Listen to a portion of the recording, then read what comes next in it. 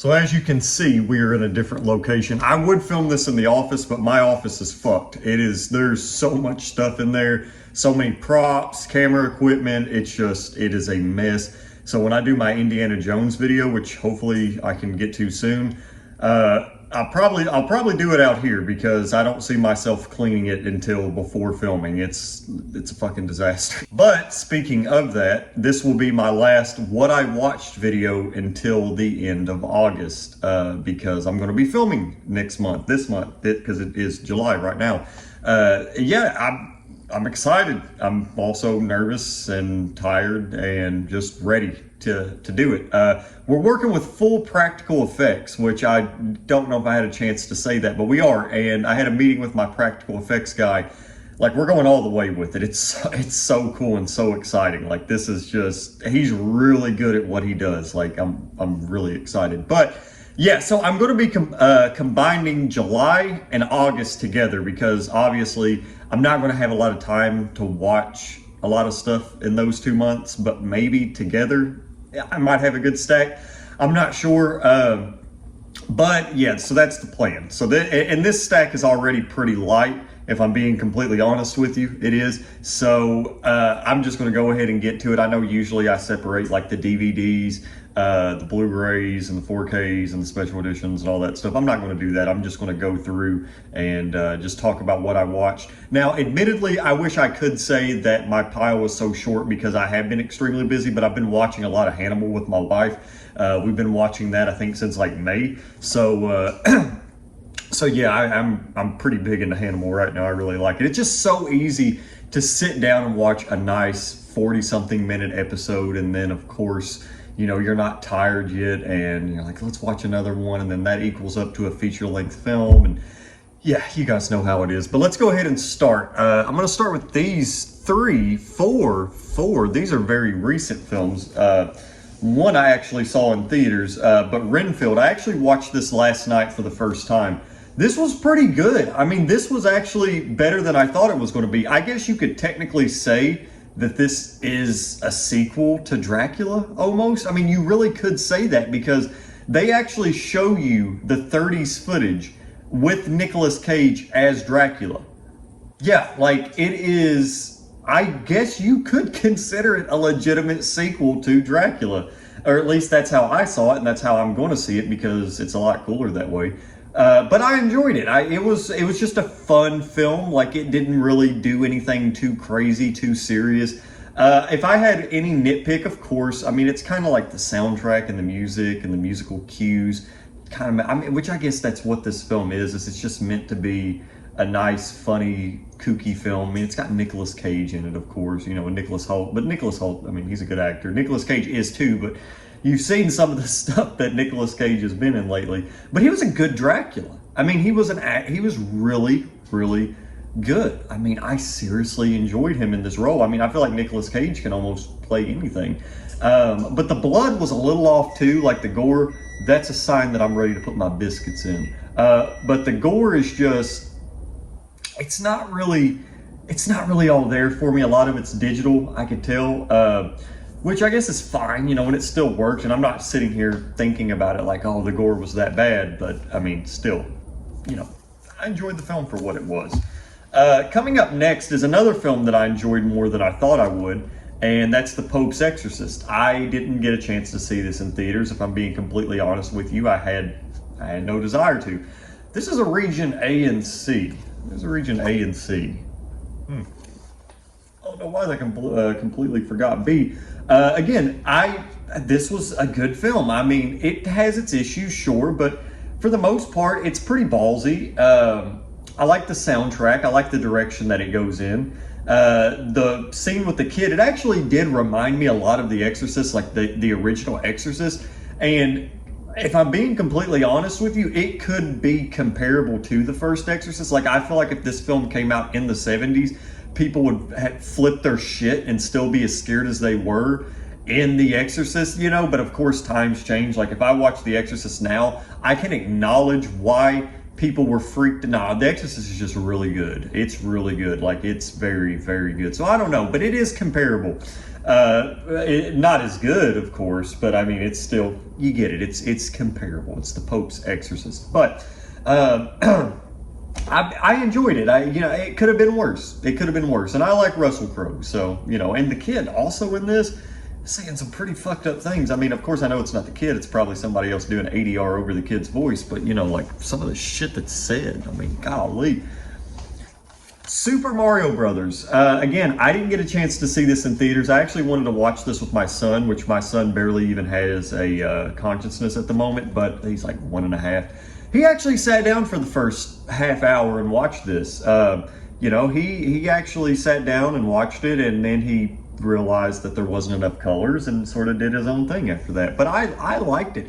I really like how they sort of tied, like, this really does have a majority of the Mario worlds in it. And it's in a sense of, there's like a montage. You get to see the desert world. You get to see the underwater world. I would like to see them go deeper in the sequel, because they're going to make another film. I mean, they're just going to. I'm glad that they were able to add like Donkey Kong, and they were able to add Mario Kart in it. And then sort of like a nice little origin story. It was good, and I would like to see in the next one, I'd like to see like Waluigi and Wario. I had some Waluigi vibes going on not long ago. I shaved my beard, and all I had was a mustache. That shit was like this. It was some Waluigi vibes.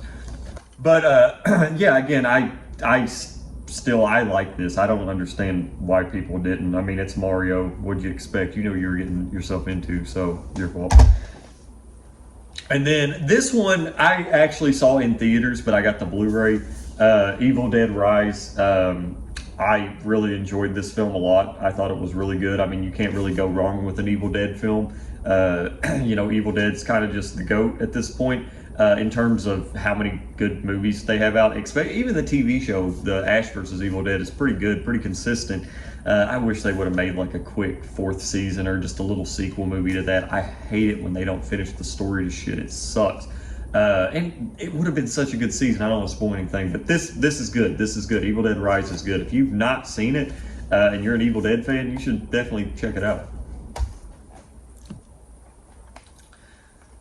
Next up, we're back on some Terrence Malick. To the Wonder. I liked it. I do plan on doing a Terrence Malick ranked. I know what I'm getting into when I watch a Terrence Malick film, so there are some certain expectations that are already set before I watch it. But I do enjoy Terrence Malick a lot. I will say his films like Badlands and Days of Heaven, and I would say Thin Red Line, are probably his most accessible films. Tree of Life probably too. But then after that, it's just, you're either a Terrence Malick fan or you're not. And if you're not, then I wouldn't really recommend watching those films. But I do enjoy Terrence Malick. I watched To the Wonder. This is the successor to, I believe, Tree of Life. I liked it. I knew what I was getting myself into. Basically, all Terrence Malick does is record a bunch of shit and then throws a bunch of stuff over it in editing, and there you go. He's known to cut complete rolls in films. He's a very intense editor. And while I do believe that is sort of shady in the long run when it comes to certain actors, it is very different. And I do think that it's very important. And I think that's why his films stand out, because whether you like Terrence Malick or hate him, you can't really deny that he's a really good filmmaker that I do think will be reevaluated down the road and be like, oh, okay, he wasn't as bad. And that happens. And like I said, Terrence Malick, a lot of the locations that he chooses to shoot at are some locations that I never see in films, like ever. I mean, he'll show you a suburban neighborhood that a lot of films just don't do that. They're very staged, and he's just very natural. And that's why I did want to watch this, because, I am looking for some more inspiration for the cinematography for Pesadilla, and I want to show off locations like that. Which is why I bring myself to the writer, Chloe Zhao. Again, I do like the cinematography in this film. It's very Terrence Malick in a sense, where it's mainly handheld, which I guess you could say that's also Lars von Trier and somewhat Kubrick and anybody else that uses handheld. So I don't know. That's pretty fucking bad example. But the writer, I like this film a lot. This is actually a pretty different film because I do believe that every character that's portrayed in this film actually went through what goes on in this film, which is insane. But yeah, I would actually, if you've seen Nomadland, I would actually recommend watching this. If you like Chloe Zhao, you'll like this. I think this and Nomadland are two good back-to-back films, I think. I need a drink of coffee. I've hit the age now where, I'm 26, and if I don't have coffee in the morning, I'll just die. Like, I'll drop dead right there. I mean, there's no questions. I will die. Oh, delicious. Okay, got some DVDs here. Okay, so this will actually be pretty fun. So I've been getting into Black Mirror. This is all I've seen is Black Mirror White Christmas.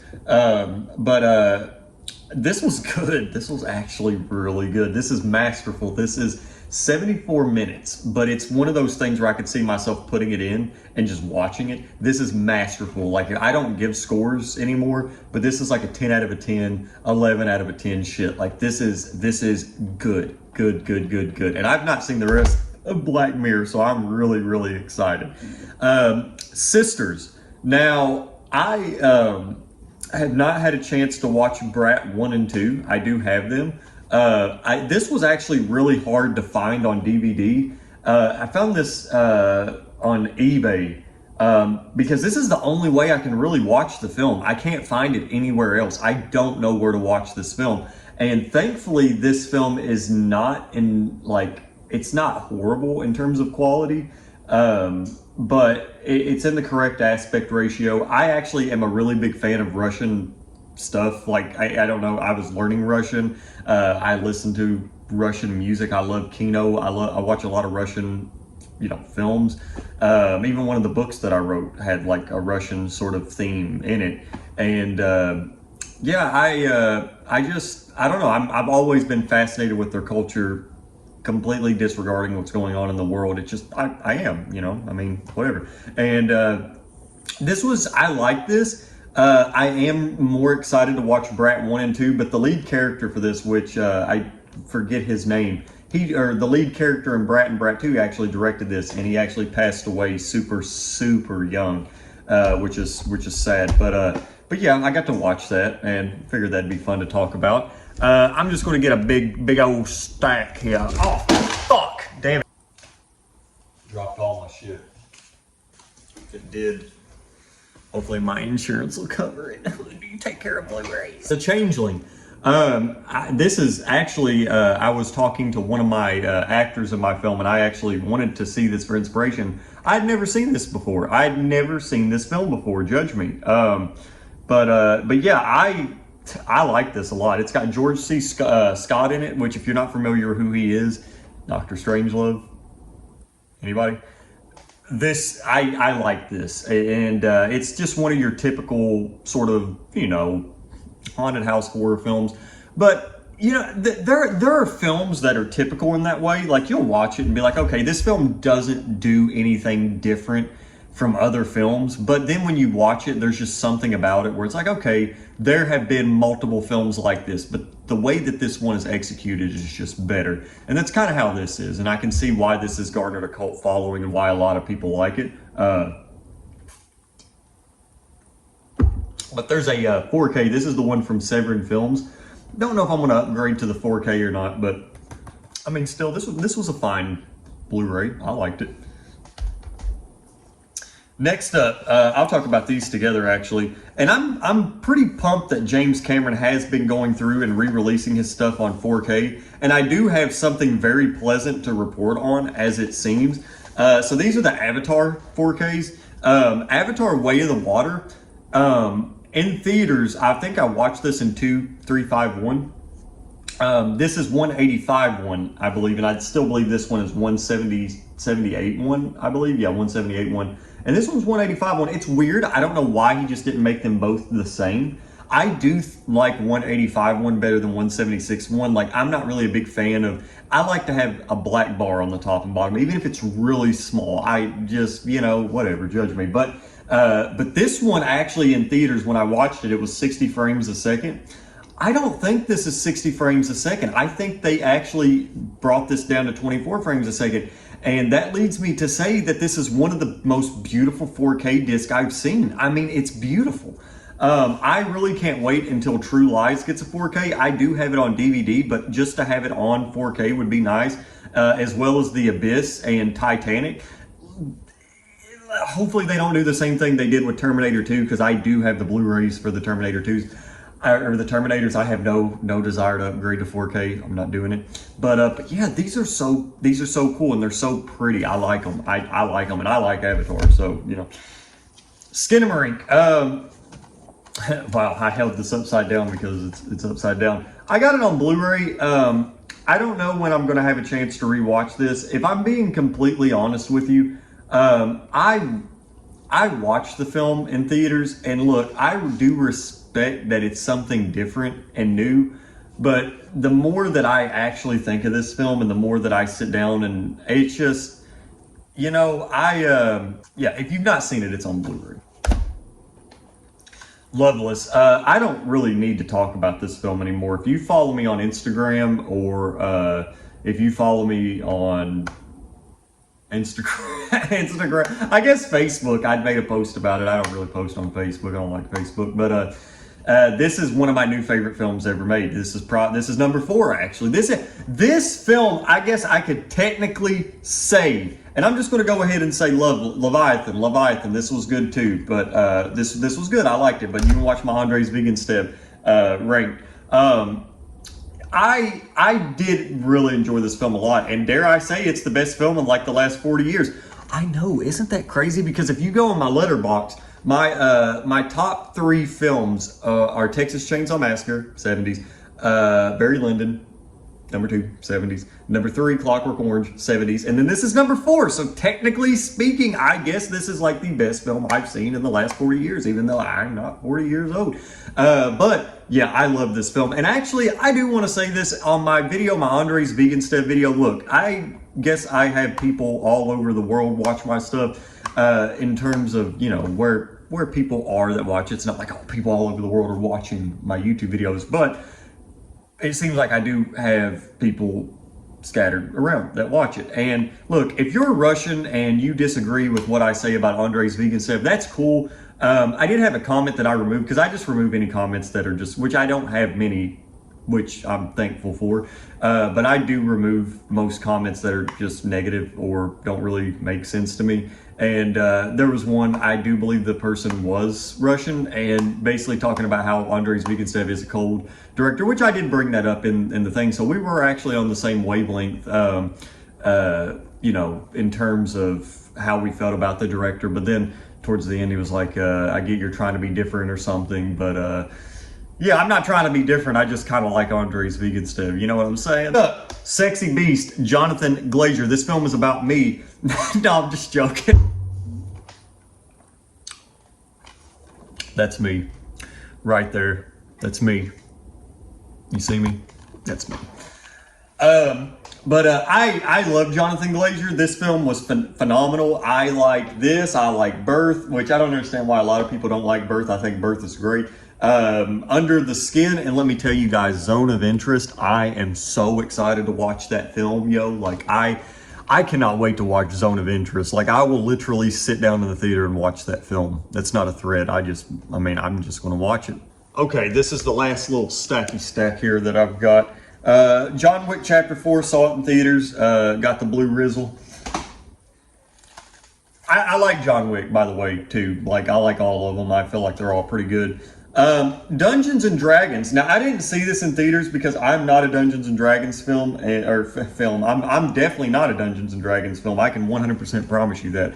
I'm not really the biggest Dungeons and Dragons fan, but as I saw, like, reviews, which I don't really listen to a lot of reviews anymore. Like, I do, but I don't really take them serious. But like, I just saw like the reviews and what people were saying, and this was actually a really fun film. Like, it really was. I mean, you don't even have to be a Dungeons and Dragons fan. You could honestly have just called this film Honor Among Thieves, and it probably would have been fine. Of course, I've got Dungeons and Dragons people be like, no, there's all kinds of references in there, big man. Like, okay, I get it, but this was good. I liked it. The next one, the Thomas Crown Affair. What the fuck? I like this. Steve McQueen, you know, big man. But it's a little slow for me. It's also got Faye Dunaway in it. It's a little slow for me, but I liked it. I liked it a lot. I liked the cinematography in it. There was some good shot selection in this. You know, I mean, it was good. Thelma Louise, by far one of the best 4K transfers I've ever seen. This film looks like it was filmed today. I liked it a lot. Like, this film was so good. I mean, which I like Ridley Scott. You know, the fun fact. Okay, so when I say I like this film, that doesn't mean that I just saw it for the first time. I actually kind of grew up with this movie. Like, my grandma, I remember specifically, somewhat specifically, we had like this really big box TV, which at the time, if you would have asked me how big it was, I would have said like 90 something inches. It was more so like 40 something inches, but it was like the TV screen was like this, and then like all the black around it was like this. But I remember the car. Nah, that'll be spoiling the ending. But yeah, cool. I liked it. Henry, Portrait of a Serial Killer. I actually watched this for research for Pesadilla, and then gave it to one of my actors that's in Pesadilla. So yeah, you should watch it. If you're a fan of Michael Rooker, this is good. This film is kind of graphic. I'm not gonna lie. You can show it to your kids. You can if you want to, but I wouldn't recommend it. Inside, Willem Dafoe. This film is literally Willem Dafoe for an hour and 45 minutes. That's all I need to say. You'll probably want to watch it now. But I liked it a lot. It is suspenseful. I don't want to say exactly what goes on because I really didn't have an idea of what was going on in this film. Like, I had an idea, but I didn't have an idea, if that makes sense. That probably doesn't. But I didn't really watch trailers for this. So when I watched it, I was sitting there like, wow, okay, this is intense. And I would say the first thirds of this movie are really good and entertaining. The last fourth I didn't really care for, but more of the movie's good than not. So The Sadness, I think this, I bought this Blu-ray on eBay. It's like German. I don't know, but The Sadness. I was not going to spend like $50 on the 4K, so I just bought the Blu-ray. There's so many different Blu-rays floating around out there. I just kind of bought one, and I like The Sadness. It was a film that I've been wanting to watch for a while, but I just hadn't had a chance to get to it. It's disgusting. It's a gory movie, but I don't want to sit there and be that edgy person that's like, oh, y'all, bro, it wasn't that bad, man. But it really wasn't that bad. I mean, compared to other films that I've seen, like try watching Solo and eating ice cream. I dare you. But no, I mean, it wasn't that bad. I mean, I guess if you're not used to gore, yeah, you might have a problem with it, but I didn't. I thought it was good. And last and certainly least, we have, no, I'm just kidding, Dark Glasses, Dario Argento. I like Dario Argento. To be fair, though, I'm not really a big fan of his newer work, unless you're talking about the film that he was in from Gaspar Noé, then that was a good movie. But yeah, modern day giallo slasher film, but I do love Dario Argento. He's one of my favorite directors, if you're talking about his earlier filmography. But anyway, guys, I hope you enjoyed this video. If you did, leave a thumbs up and maybe subscribe. I maybe have one more video left before filming, maybe two, and then I'm going to be taking like a month break. So yeah, it's a little sad, but it'll be okay. Don't unsubscribe during that time. We're getting so close to filming. There's actually some stuff that I really wish I could show you guys, because I know, we're working with close to like $25,000, $30,000 for the film. And that's not a lot. That's kind of a lot to me, because the most I've ever worked with is like nothing. But well, $3,000, but it's looking good. Like, it's looking good. And then we were showing, like, I've showed a couple of the producers on the film, just some test footage that we've done, and they're very impressed. It really does not look like a lower budget film. And we're trying. We're trying a lot. Like, I'm excited. I truly am. And I don't like to sit here and talk about the movie on this channel. It's like most people probably don't give a shit, but I do like to keep you guys up to date. I don't like to not make a video for like 2 weeks or 3 weeks, because I get it. I have a very small community, but I'm grateful for the people that do watch my videos. So I like to keep you guys up to date, because there are some YouTubers out there that I'll watch. I'm not a YouTuber, but there are some that I would watch, and then they won't make a video for 2 weeks, and I'm like, wow, I fucking hate that guy. But you know, just trying to be transparent. But anyway, guys, I hope you enjoyed this video. If you did, leave a thumbs up and maybe subscribe. I'll see you guys for my Indiana Jones ranking. Take it easy.